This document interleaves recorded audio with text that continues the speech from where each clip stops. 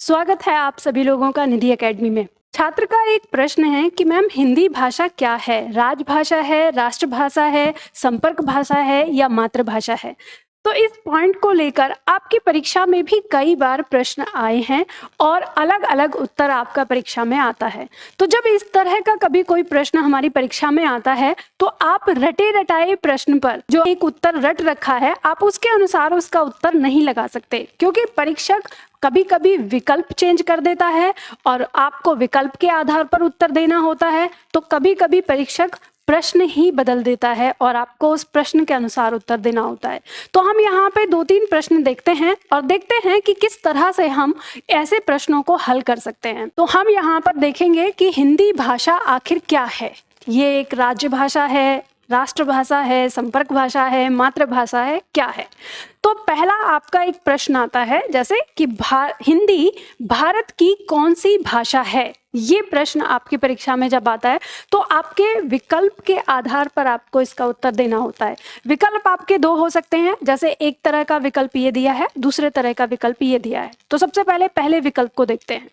विकल्प दिया है कि राष्ट्रभाषा है, राजभाषा है या संपर्क भाषा है या ब्रज भाषा है। तो हम यहाँ पर देखते हैं कि ये प्रश्न हिंदी भारत की कौन सी भाषा है, अब इसका उत्तर हमें इन्हीं 4 विकल्पों के आधार पर देना होगा। तो हम जानते हैं कि हिंदी भारत की राष्ट्रभाषा तो नहीं है, तो ये कट जाएगा। अब हम देखेंगे दूसरा विकल्प राज्य भाषा। तो राज्य भाषा भी नहीं है। क्यों नहीं है राज्य भाषा? आप कहेंगे कि मैम हिंदी तो राज्य भाषा होती है। तो ये भारत की नहीं है, है ना, भारत की पूछा है। भारत तो देश है एक, तो जब भारत देश हो गया तो राज्य तो कहना गलत हो जाएगा। अगर इसकी जगह ये होता उत्तर प्रदेश की, हिंदी उत्तर प्रदेश की क्या है, तब हम राज्य भाषा लगाते, ठीक है। तो यानी राज्य भाषा भी नहीं हुआ। अब ब्रज भाषा अपने आप में एक बोली होती है, तो ये भी विकल्प कट जाएगा। अब हमारे पास जो इसका उत्तर बचा वो बचा संपर्क भाषा, ठीक है। यही हमारा क्या हो जाता है, उत्तर बनता है इसका संपर्क भाषा। अब संपर्क भाषा हमने क्यों लगाया है इसको? क्योंकि जब हमारे पास विकल्प है, एक तो विकल्प और फिर दूसरा क्यों हम संपर्क भाषा कहते हैं हिंदी को, क्योंकि हमारे देश के एक राज्य से दूसरे राज्य या फिर कहें उत्तर से पूर्व तक या पूर्व से दक्षिण तक और दक्षिण से पश्चिम से और पश्चिम से फिर उत्तर तक का जो हम आपस में एक दूसरे से मिलते हैं, तो आज भी अधिकतम लोग हिंदी भाषा का ही प्रयोग करते हैं, इंग्लिश का उतना नहीं होता है।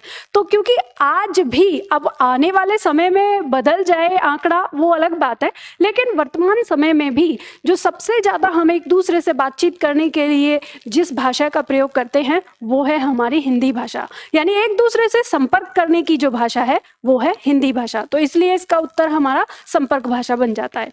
अब वहीं पे विकल्प अगर चेंज कर दिया जाए, जैसे विकल्प हमारा चेंज कर दिया यहाँ पर कि दूसरा प्रश्न वही है कि हिंदी भारत की कौन सी भाषा है, राज्य भाषा है, राजभाषा है, राष्ट्रभाषा है या एक बोली है, या अगर हम इसकी जगह संपर्क भाषा भी इसको रखें तो पहला हमारा जो उत्तर होगा वो होगा संविधान के अनुसार। क्योंकि जो अगर हम हिंदी की बात करें तो संविधान ने हिंदी को राजभाषा का दर्जा दिया है लिखित रूप में, ठीक है।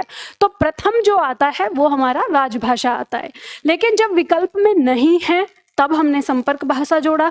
लेकिन अगर विकल्प में आ जाएगा तो फिर जो संविधान में इसका लिखित रूप है हम वही बताएंगे। तो इस प्रश्न का उत्तर जो है वो हमारा क्या हो जाएगा, राजभाषा हो जाएगा। भले ही हम यहाँ पे अगर चौथा विकल्प संपर्क भाषा भी अगर जोड़ दें तो भी इस प्रश्न का जो उत्तर होगा हमारा वो क्या होगा, राजभाषा ही होगा, क्योंकि प्रथम अधिकार इसका होगा जो संविधान में लिखा हुआ है, ठीक है।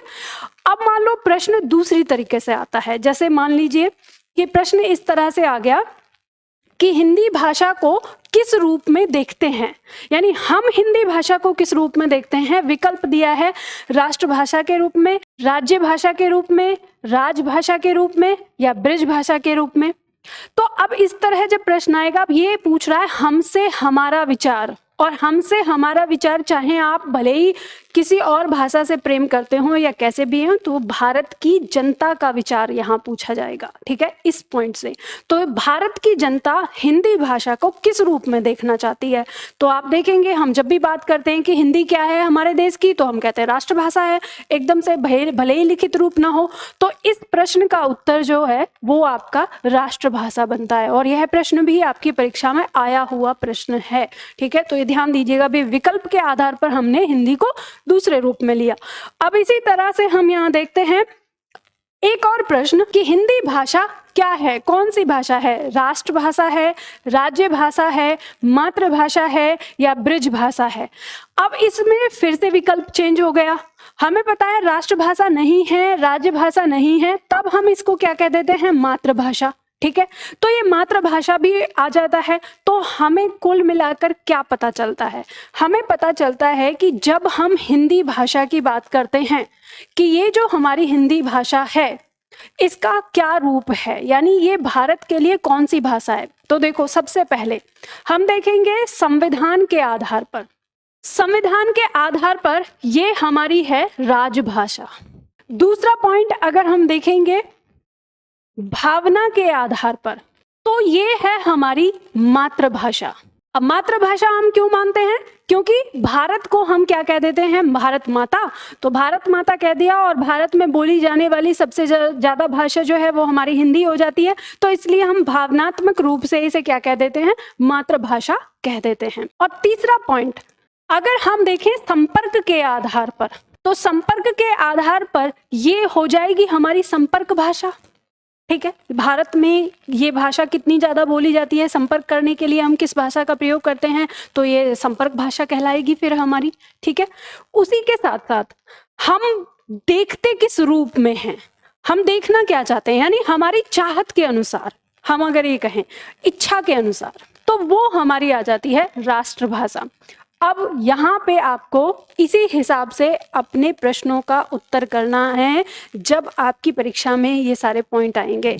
अब रही बात हिंदी की राजभाषा के रूप में, तो जब हम हिंदी को राज्य भाषा के रूप में देखते हैं, तो राज्य भाषा के रूप में हम हिंदी को जब देखते हैं जब ये किसी राज्य की भाषा होती है, यानी राज्य की भाषा।